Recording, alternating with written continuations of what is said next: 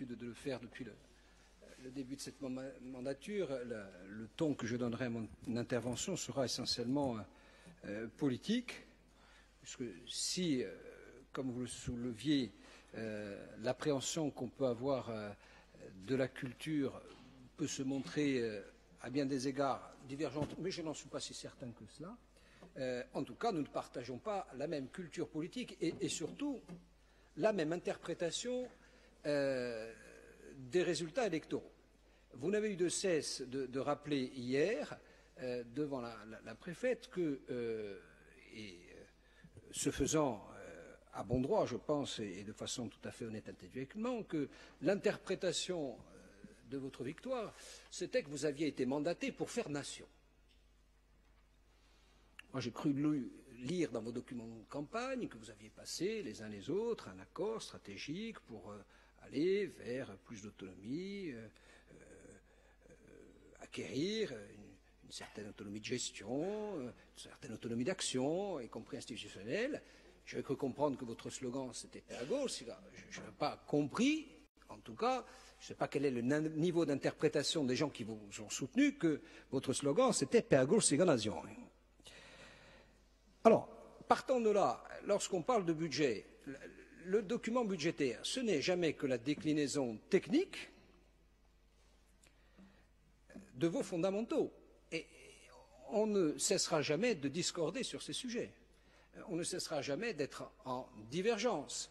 Mais j'ai fait l'exercice virtuel, pas si facile, de me mettre à votre place et d'imaginer que vous étiez reçu à l'ONU et puis que l'ONU acceptait vos revendications, que les feux passaient au vert et qu'au niveau national, international, on vous donnait satisfaction et je me demandais quelle nation vous alliez construire et sur quelle base. Parce qu'une nation aujourd'hui dans le monde, c'est une nation qui doit répondre à un certain nombre d'enjeux internationaux, et qui doit répondre aux grandes révolutions qui guident le monde. Il y a 3 aujourd'hui révolutions qui ordonnancent la marche du monde, c'est la révolution numérique.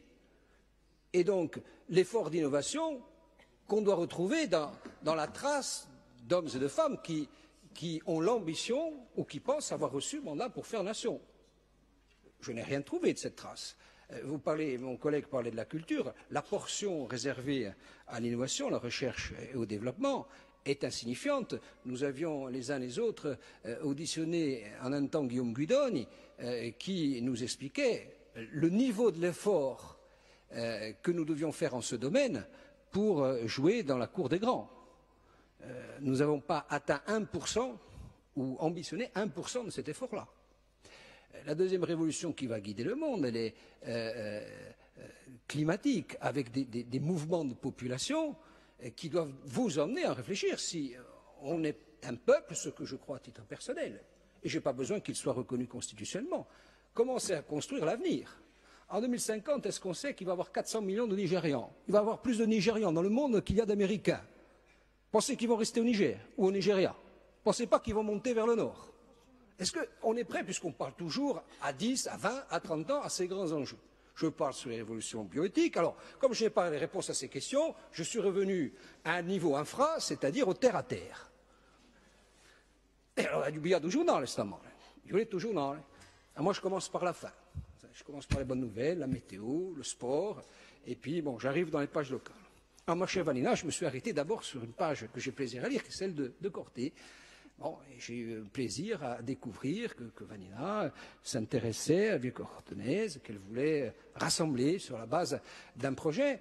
Et il y a un encart qui est très significatif où Vanina a bon droit, et évidemment, ce n'est pas le procès d'un processus naturel qui explique comment elle décline les politiques de la collectivité sur Corté. Bien. Mais je me suis dit que ça, c'est ce qu'aurait pu faire Jean-Jean Colonne il y a 50 ans. Aller expliquer à Corté, depuis Corté, la politique de la collectivité.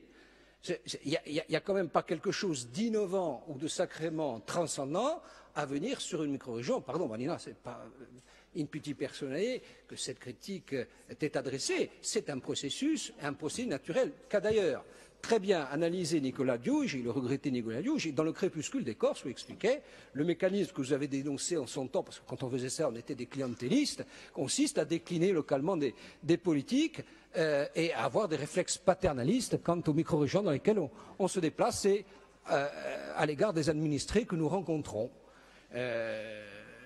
Alors après, je suis allé rapidement sur la page 3. Bien, et j'apprends qu'on va vous demander, c'est un choix qui n'est pas très moderne, qui est un peu daté, l'organisation d'Isolamurte. Pas très innovant, hein. Organiser une bouderie généralisée le 4 avril, ça ne me semble pas participer d'une modernité absolue, d'autant qu'elle s'agrège à des propos qui ont été développés hier et encore ce matin en convoquant avec nostalgie les vertus des mouvements clandestins. Et puis j'ai fini à la page qui est consacrée à ce que nous avons vécu hier, où j'ai eu la désagréable surprise d'entendre Madame la préfète répondre à ma question qui me semblait vouloir ancrer la Corse dans la modernité, en phase d'ailleurs pleine et entière avec ce que vient d'évoquer Pedranton. Je n'ai pas l'impression, je n'ai pas le sentiment que le choix du gaz, pour autant qu'il réponde évidemment à des principes de réalité évidents, on est d'accord là-dessus, soit quelque chose de transcendant et de révolutionnaire. C'est pépère, hein, c'est d'un classicisme édifiant. Et lorsque je pose la question à la préfète, elle me dit, mais le président du conseil exécutif, vous avez déjà répondu. Mais bon, la réponse du président du conseil exécutif, je la connais. C'est, on verra plus tard. Comme si sur ce sujet, comme sur d'autres d'ailleurs, vous étiez accrochés à des dogmes qui vous ont conduit à la victoire. Alors je vais vous dire, pour conclure très, très rapidement, sur ces sujets comme tant d'autres, Monsieur le Président, vous employez souvent une rhétorique, il dit « nous n'y croyons pas et croyez-vous vous-même ». J'ai envie de vous retourner cette formule. Nous, cette nation-là, nous n'y croyons pas. Nous ne croyons pas à ce modèle de nation, à la fois dans votre difficulté, je ne dis pas votre incapacité, dans votre difficulté à se saisir à l'avant-garde et de façon pionnière des grands enjeux qui vont bouleverser le monde, puisque si vous faites nation, vous devez avoir cette hauteur d'analyse. Et quant au quotidien, pardon, je n'ai pas l'impression que vous faites œuvre à la fois d'originalité et de modernité. En réalité, et pour nous, ce que vous demandent les Corses, c'est notre sentiment. Nous n'avons ni conviction ni certitude sur ce sujet. Nous avons simplement un ressenti. Ce que vous demandent les Corses, c'est d'investir un peu plus. La quadrature du cercle qu'évoquait Pedranton, elle valait hier aussi. J'ai souvenir, et ce n'est pas si lointain, où les trois collectivités réunies investissaient 400, 450 dans les années prospères millions d'euros. Et on ne va pas se satisfaire d'un ratio aujourd'hui sur la base duquel on investit un peu plus de 300 millions d'euros. On est passé de 55-45 à quelque chose 40-60.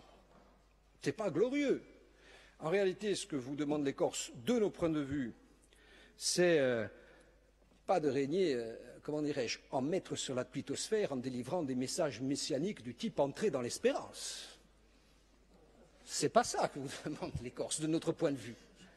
Ils vous demandent d'aller un peu plus loin, d'arrêter de déployer des instincts assez classiques de conservation du pouvoir.